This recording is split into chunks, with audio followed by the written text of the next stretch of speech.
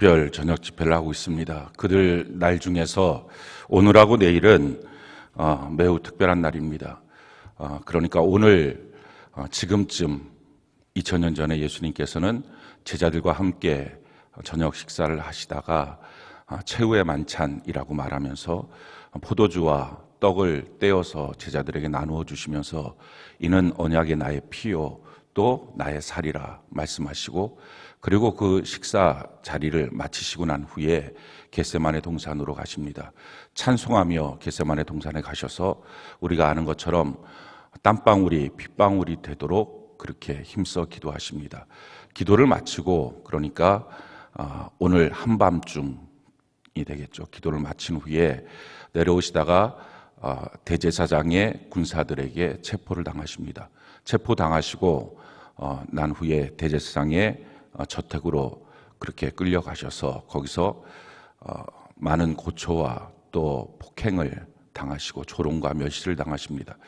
그리고 빌라도의 총독의 관저로 가서 십자가에 못 박으라 군중들을 동원해서 그렇게 말하고, 그와 같은 일들 가운데 빌라도 총독이 자기의 죄를 모면하기 위해서 갈릴리 지역의 예수님이 출신이라는 것을 아시고 갈릴리 지역을 다스리는 헤롯 안디바에게 예수님을 보내게 됩니다. 그때 유월절을 지키기 위해서 헤롯 안디바가 예루살렘에 와 있었을 때인데, 보냈을 때 그 헤롯 안디바는 예수님이 무슨 기적을 또 행하는 것을, 그 신비한 능력들을 한번 보고 싶다 하는 마음을 갖고 그래서 이것저것 시키는데 예수님이 그렇게 하지 않고 가만히 있으니까 재미가 없으니까 다시 빌라도 총독에게로 보냅니다.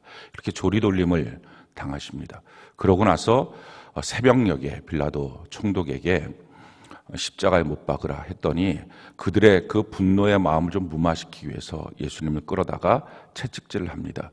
로마의 채찍은 그 끝이 이 납조각이나 아니면은 동물의 뼈나 이런 것들이 달라 있는 채찍입니다. 그래서 채찍을 휙 하고 때리면은 위를 다 벗기고 묶어놓고 채찍을 하는데, 그렇게 때리면 그게 몸을 휙 감고 난 다음에 이 가슴이나 옆구리쯤으로 그 납덩이의 무게를 휙 감기면서 그 옆에 붙어 있는 쇠 조각이나 아니면은 동물의 뼈 조각이 팍 살에 박히면서 그것을 잡아 뜯어내는, 그래서 살점이 너덜너덜하게 뜯어지고 등은 쭉쭉 갈라지게 하는 그런 채찍입니다. 그 채찍을 당하시고 난 후에, 그리고 나서 로마 병정들이 모욕을 주기 위해서 가시로 면류관을 만들어서 왕관처럼 머리에 깊이 씌웁니다. 이 가시 면류관은, 팔레스타인의 가시는 어린아이들 새끼손가락만큼의 두께가 있습니다. 그래서 그건 뼈를 뚫습니다. 그런데 그 뼈를 뚫는 가시 면류관이 머리에 박힐 때 머리에 있는 두개골이 뚫어지면서 피가 줄줄줄 흘러나와서 견디지 못하는 그 피가 계속 흘러나오는 모습을 갖게 되고, 또 홍포를 입혀놓고 갈대로 머리를 치면서 조롱을 합니다. 왕이요, 이렇게 조롱을 하죠. 그렇게 하고 난 후에 그 홍포를 쫙 벗기니까 채찍에 맞았던 몸에 그 상처와 고름이 그 옷에 달라붙었다가 같이 떨어지니까 상처가 더 찢어지고 맙니다. 그러고 나서 아침 아마 7시 반쯤, 내일 아침 그렇게 되겠죠. 그때쯤에 십자가를 짊어지고 골고다 언덕까지 빌라도 총독의 관저에서 가게 합니다. 그 빌라도의 총독의 관저에서부터 골고다 언덕까지 가는 길은 시장통입니다. 그래서 한 1.5m 폭의 가게들이 쭉 줄비하게 있는 시장통인데, 그 시장통에서 사람들이 침을 뱉고 조롱하고 그렇게 합니다.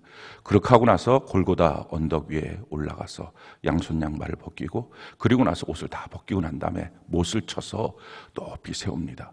그게 아침 9시입니다. 아침 9시부터 오후 3시까지 6시간 동안 양손 양발에 못이 박혀서 그 못으로 사람 몸무게를 다 견디는 것입니다. 힘이 들어서 쭉 쳐주면, 그러면 다시 박았던 그 못자국에서 피가 솟구쳐 나오고, 그 피가 솟구쳐 나오는 그 고통 때문에 몸을 다시 일으켜 세우는 거죠. 그렇게 하는 과정 속에서 이 옆에 있는 횡격막 근처에 근육이 경직되고, 그래서 숨을 못 쉬고, 그 과정을 숨을 못 쉬니까 다시 또 몸을 일으키고 다시 또 처지고 이 과정을 반복하면서 6시간 동안 물과 피를 다 쏟고 돌아가시는 것입니다. 그것이 오늘과 내일의 여정입니다.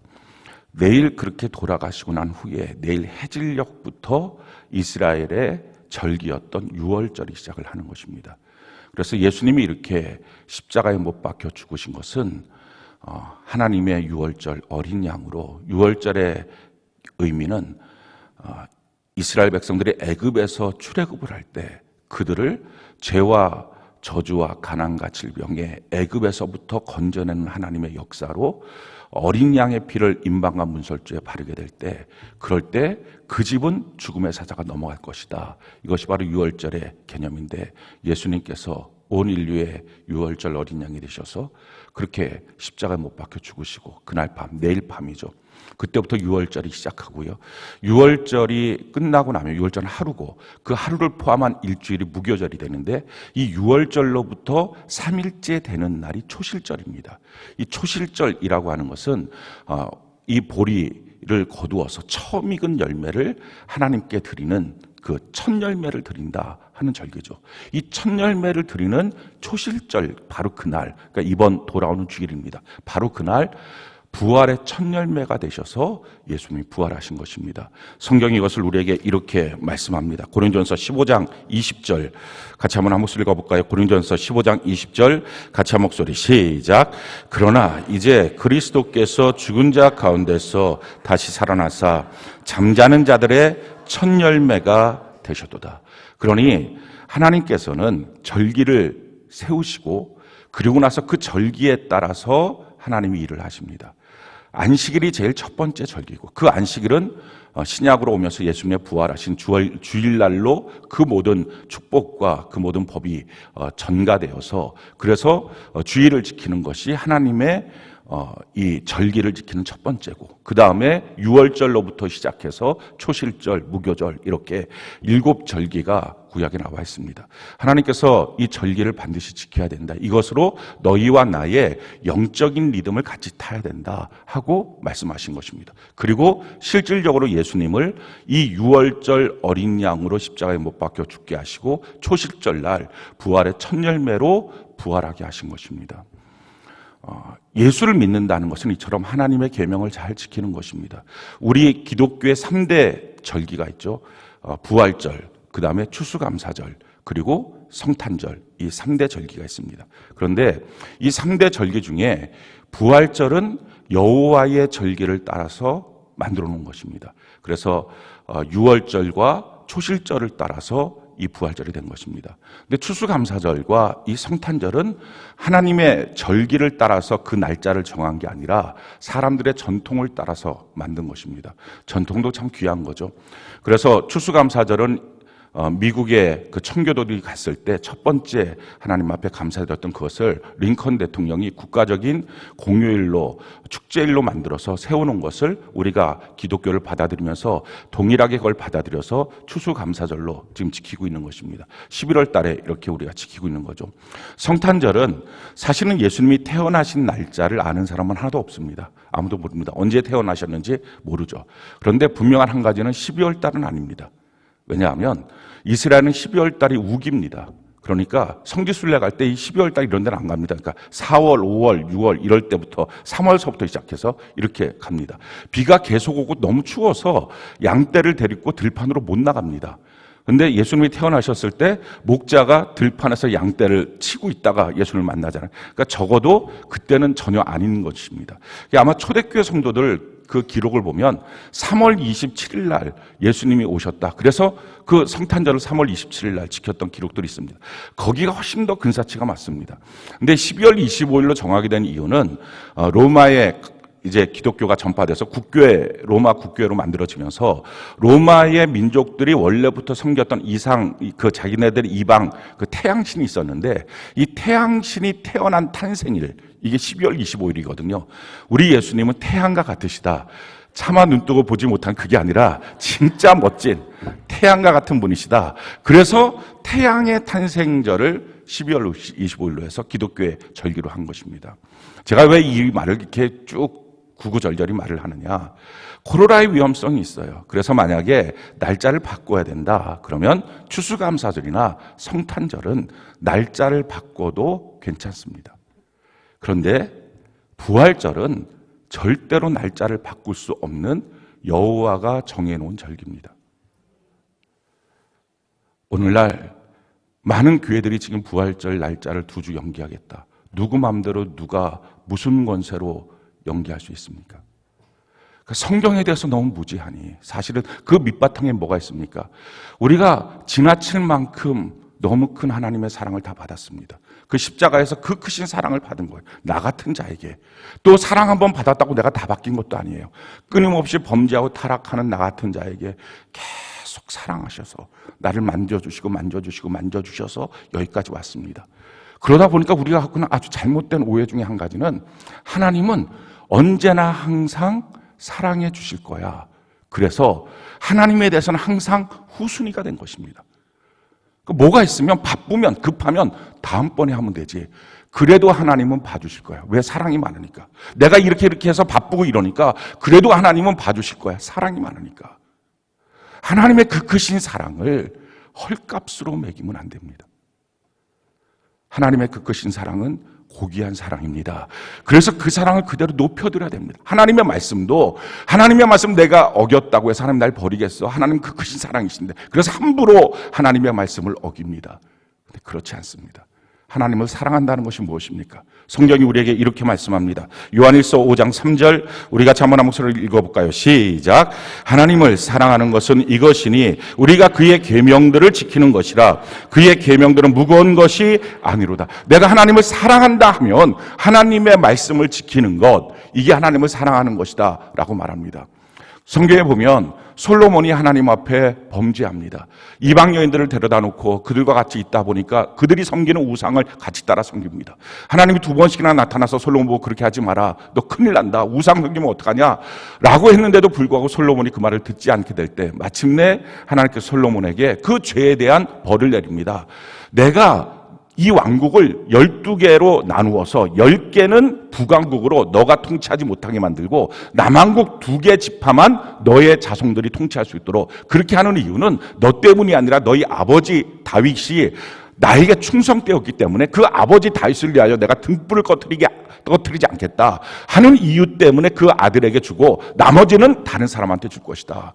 이와 같이 말씀하시고 솔로몬이 죽고 난 다음에 르호보암 그 아들 왕이 되었을 때 왕국이 갈라집니다. 르호보암은 남쪽의 남왕국 그 유다와 그 지파 2개만 섬기게 되고 그리고 북왕국 10개의 지파에 대해서는 여로보암이라고 하는 사람한테 하나님이 그를 왕으로 세워서 주십니다. 그리고 여로보암한테 말씀합니다. 너가 만약에 다윗처럼 나를 제대로 섬기면 내가 다윗의 집안처럼 너를 세워줄 것이다. 하나님의 약속을 받았어요. 그럼에도 불구하고 여로보암은요 자기 마음속에 불안함이 생겼어요. 왕국을 세우고 났더니 가장 걸림돌이 뭐였냐면 절기였어요. 여호와의 절기마다 이스라엘 백성은 여호와의 성전으로 올라갑니다. 그 성전은 예루살렘 하나밖에 없습니다. 그게 남왕국에 속해 있습니다. 그러다 보니까 북왕국을 통치하고 있는 이 여로보암 입장에서는 남왕국에 자꾸 성전에 이렇게 올라가고 하는 일들을 하다 보면 이들의 마음이 원래 그들의 왕이었던 르호보암한테 갈 것이니까 그럼 이들이 이 왕국을 다 북왕국을 무너뜨릴 것 아니냐. 국가 존폐에 대한 갈등이 생겼습니다. 그래서 그가 했던 일이 뭐냐 이렇게 합니다. 열왕기상 12장 27절로 33절 우리 같이 한번 한번 읽어볼까요? 시작. 만일 이 백성이 예루살렘에 있는 여호와의 성전에 제사를 드리고자 하여 올라가면 이 백성의 마음이 유다 왕된 그들의 주 르호보암에게로 돌아가서 나를 죽이고 유다의 왕 르호보암에게로 돌아가리라 하고 이에 계획하고 두 금송아지를 만들고 우리에게 말하기를 너희가 다시는 예루살렘에 올라갈 것이 없도다. 이스라엘아 이는 너희를 애굽 땅에서 인도하여 올린 너희의 신들이라 하고 하나는 베델에 두고 하나는 단에 둔지라. 이 일이 죄가 되어 이는 백성들이 단까지 가서 그 하나에게 경배함이더라. 그가 또 산당을 짓고 레위 자손이 아닌 보통 백성으로 제사장을 삼고 8째 달 곧 그 달 8째 날로 절기를 정하여 유대의 절기와 비슷하게 하고 제단에 올라가되 베델에서 그와 같이 행하여 그가 만든 송아지에게 제사를 드렸으며 그가 지은 산당의 제사장을 베델에서 세웠더라. 그가 자기 마음대로 정한 달 곧 8째 달 15날로 이스라엘 자손을 위하여 절기를 정하고 베델에 쌓은 제단에 올라가서 분향하였더라. 자, 여로보암이 했던 일이 이것입니다. 자꾸 이스라엘의 절기를 따라서 예루살렘에 내려가면 이들이 남왕국으로 다 귀화하고 나면 자기 왕국은 무너질 것이다. 그러니까 나라에 대한 존폐의 걱정 때문에 했던 일이 뭐냐면은 단하고 베델에 금송아지 2마리를 갖다가 새겨놓고 이들이 여호와다라고 말한 것입니다. 그러고 난 다음에 레위 사람들은 그 말을 들으니까 어떻게 하나님을 섬기는데 저렇게 섬기냐 하고 다 남왕국으로 내려가 버리니까 보통 사람들을 세워서 제사장을 돈을 받고서 세웁니다. 근데 거기서 한 걸음 더 나가서 원래 7월이 이스라엘의 절기인데 7월 절기가 아니라 한 달 미루어서 8월에 절기를 만들고 비슷하게 만들어서 섬기게 합니다. 지금 이 이유가 뭐예요? 나라의 존폐 때문에. 나라가 완전히 망할 것 같으니까 한 달 미룬 것입니다. 근데 그 일에 대해서 하나님의 처벌이 이거였어요. 하나님이 이렇게 말씀하십니다. 열왕기상 13장 34절 우리 같이 한번 한 목소리 읽어볼까요? 시작. 이 일이 여로보암 집의 죄가 되어 그 집이 땅 위에서 끊어져 멸망하게 되니라. 하나님의 말씀에 대한 경계를 한번 허물고 나면 그 벌은요, 그 집안을 망가뜨리고 마는 거예요. 근데 여기서 멈추지 않았어요. 이 일이 어디까지 이어집니까? 그 다음에 이렇게 말해요. 열왕기상 15장 34절 같이 한번 한 목소리 읽어볼까요? 시작. 바하사가 여호와 보시기에 악을 행하되 여로보암의 길로 행하며 그가 이스라엘에게 범하게 한 그 죄 중에 행하였더라. 그 다음 왕조가 시작해도 그 죄를 이어서 갑니다. 자기 선조가 범했던 죄를 자녀들이 이어서 간다는 것입니다. 아니 여기에 멈추지 않았어요. 여기서 한 걸음 더 나가게 됩니다. 열왕기상 16장 30절로 31절 같이 한번 한 목소리 읽어볼까요? 시작. 옴리의 아들 아합이 그의 이전의 모든 사람보다 여호와 보시기에 악을 더 행하여 느밧의 아들 여로보암의 죄를 따라 행하는 것을 오히려 가볍게 여기며 시돈 사람의 왕 엣바알의 딸 이세벨을 아내로 삼고 가서 바알을 섬겨 예배하고, 이제는 여로보암의 죄 정도는 아무것도 아니게 아예 바알까지 섬기게 만든 일로 그들이 진행합니다. 그러니까 하나님 앞에 한번 말씀이 무너지고 나면, 말씀의 경계선이 무너지고 나면 그 다음 그 후대들은 완전히 망가지고 말았다는 것입니다. 정말 우리가 이 한국교회를 짊어지고 기도해야 될 때입니다. 지금 이 문제가 이렇게 말씀을 무너뜨리고 나면 그 다음 때는 그럼 교회가 아닐 것입니다. 온갖 잡신들이 불교처럼, 불교는 처음에 들어왔을 때 소승불교, 대승불교 들어왔는데요. 그러고 난 다음에 산신당 들어오고 거기서 관음각 들어오고 뭐 별것 다 들어와서 지금 절에 한번 가보십시오. 온갖 이 세상에 있는 땅에 있었던 여러 가지 것들이 다 합쳐져서 그냥 혼합 종교가 된 거예요. 그건 불교가 아니에요. 아마도 이렇게 교회도 될 것입니다. 그러니 우리가 정말 심각하게 하나님께 기도해야 됩니다. 우리가 회개하며 하나님께 나가야 될 줄로 믿습니다. 이렇게 성경과 세상을 막 뒤죽박죽 혼합주의로 섞어버리는 것, 하나님이 절대로 그렇게 하지 말고 말씀의 경계선을 분명히 지키라고 했는데 섞어버리는 이유, 사실 우리 자신도 그와 같은 혼합주의가 있습니다. 세상과 하나님의 말씀을 대충 섞어버리고 싶습니다. 이유가 뭡니까? 그렇게 하면 박해당하지 않으니까, 그렇게 하면 고통받지 않으니까, 그렇게 하면 손해보지 않고 욕먹지 않으니까, 그렇게 하면 편안하니까.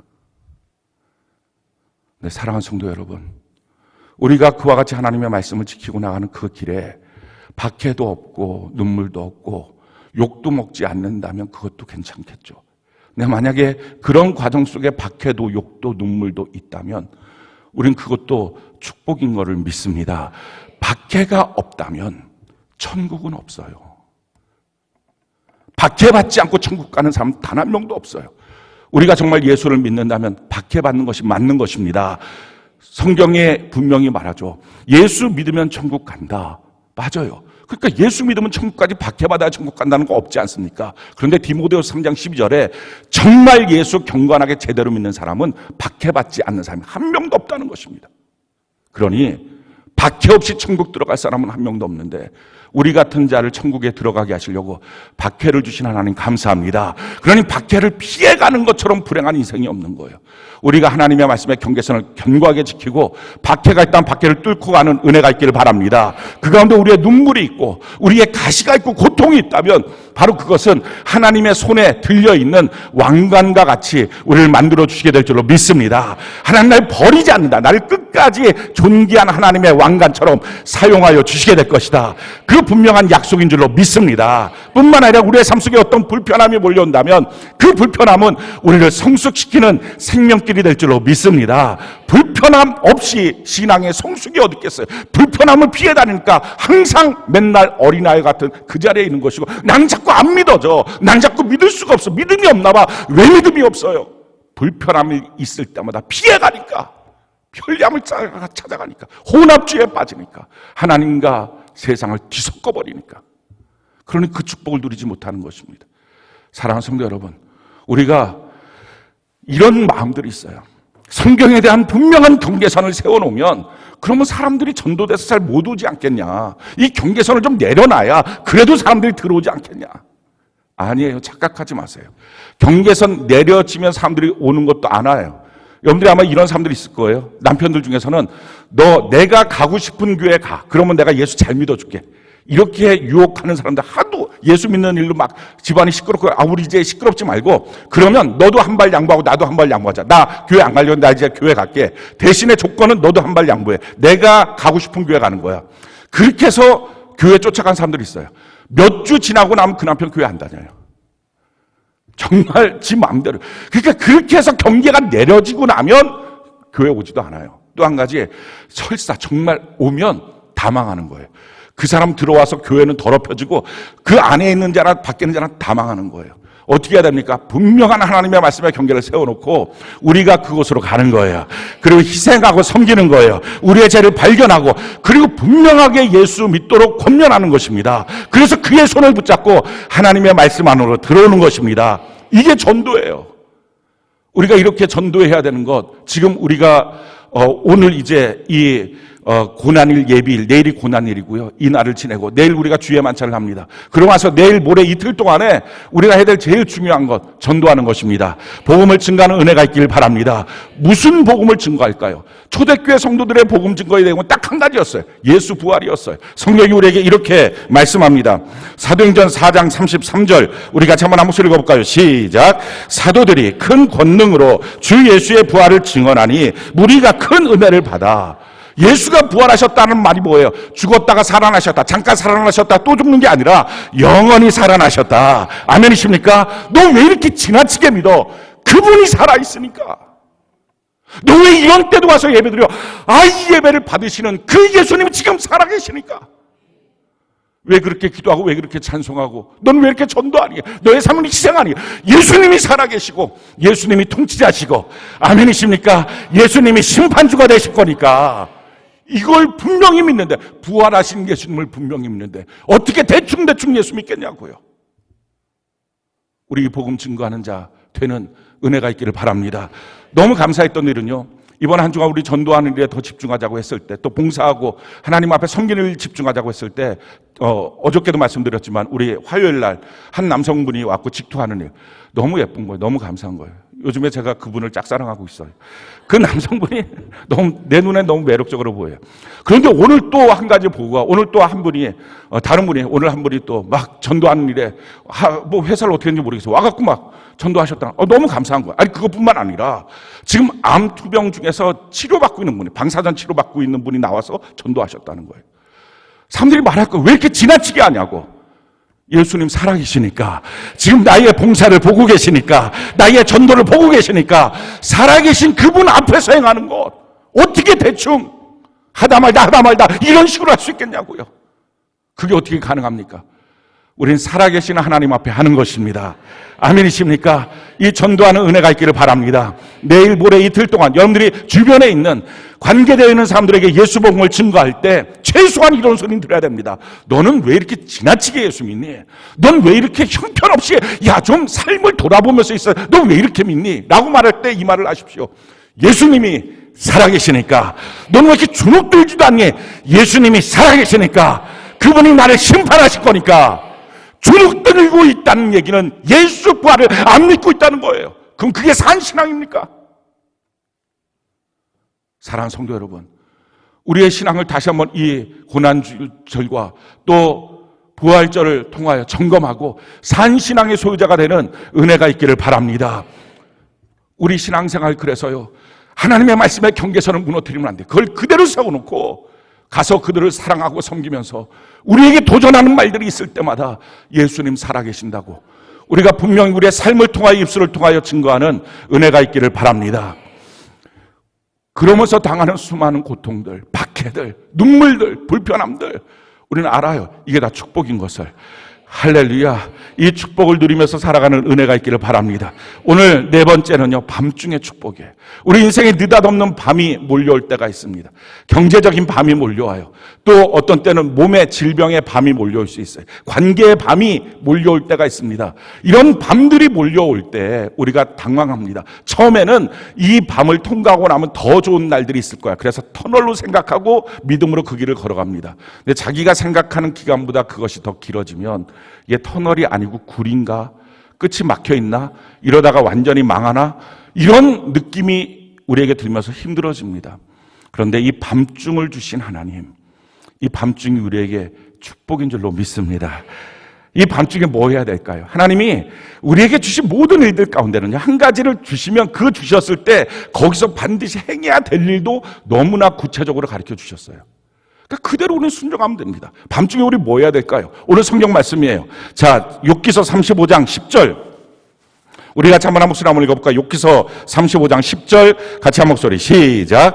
나를 지으신 하나님은 어디 계시냐고 하며 밤에 노래를 주시는 자가 어디 계시냐고 말하는 자가 없구나. 지금 욥의 고백입니다. 뭐라고 말합니까? 밤에는 뭐 해야 된다고요? 노래 불러야 된다는 거예요. 우리 밤에는 하나님을 찬양하는 은혜가 있기를 바랍니다. 그러고 나서 성경을 가만히 묵상해 보십시오. 성경의 인물들은요, 밤이 오면 다 하나님을 찬양했어요. 다 노래했어요. 이 욥 자체가 그래요. 욥기서 1장이 이렇게 말하죠. 욥기서 1장 20절로 21절 우리 같이 한번 한 목소리 한번 읽어볼까요? 시작.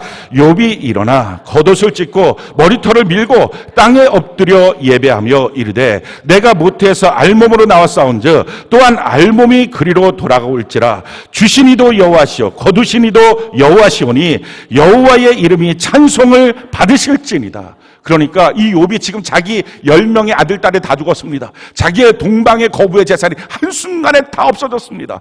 그런 상황, 그 인생의 밤이 한꺼번에 몰려왔을 때 욥이 뭐합니까? 내가 하나님을 찬송하겠습니다.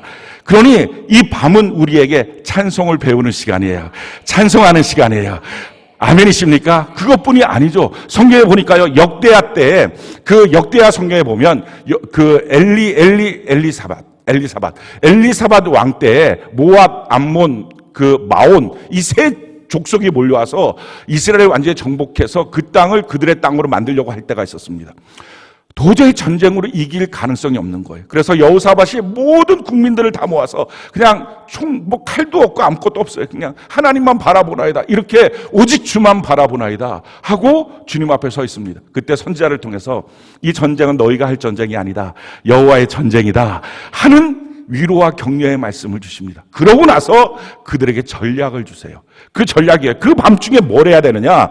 역대하 20장 21절로 22절 우리 같이 한번 한 목소리 읽어볼까요? 시작. 백성과 더불어 의논하고 노래하는 자들을 택하여 거룩한 예복을 입히고 군대 앞에서 행진하며 여호와를 찬송하여 이르기를 여호와께 감사하세 그의 인자하심이 영원하도다 하게 하였더니 그 노래와 찬송이 시작될 때에 여호와께서 복병을 두어 유다를 치러 온 암몬 자손과 모압과 세일산 주민들을 치게 하심으로 그들이 패하였으니 찬송하게 한 거예요. 그 찬송하고 이 국가적인 위기의 밤이 몰려왔을 때 찬송했더니 승리하게 됐다는 것입니다. 우리 신약에도 인생의 밤이 몰려왔을 때 찬송해서 기적을 봤던 사람들을 압니다. 바로 바울과 실라죠. 그들이 원래는 소아시아적으로 전도를 가려고 했을 때 하나님 그걸 막으시고 구라파로 가게 합니다. 구라파의 첫 성이었던 이 빌립보로 가는 것입니다. 3주 동안 다녀도 전도가 안 됩니다. 그래서 가서 기도하러 갔다가 거기서 루디아를 만나게 되죠. 그 루디아를 첫 번째 성도로 해서 복음을 증거하기 시작하는데 복음 증거가 안 되고 쫓아다닌 것은 귀신 들린 여자만 쫓아다닙니다. 그러니까 하도 그냥 그 귀신 들린 여자 괴롭히니까 귀신을 쫓아냈어요. 근데 그 귀신 들린 여자가 점쟁이 귀신이 들어왔던 거예요. 그러니까 주인이 그 여자를 통해서 점을 보게 하고 수입을 거뒀는데 점쟁이 귀신이 떠나니까 점을 하나도 못 보는 겁니다. 그러니까 이 주인이 자기 이익이 없어지니까 이 바울과 실라를 고발해서 매우 치고 난 다음에 깊은 옥에 가둡니다. 근데 거기에 가뒀을 때 이런 일들이 생깁니다. 사도행전 16장 25절, 26절, 30절, 32절 우리 같이 한번 목소리 한번 읽어봅시다. 시작.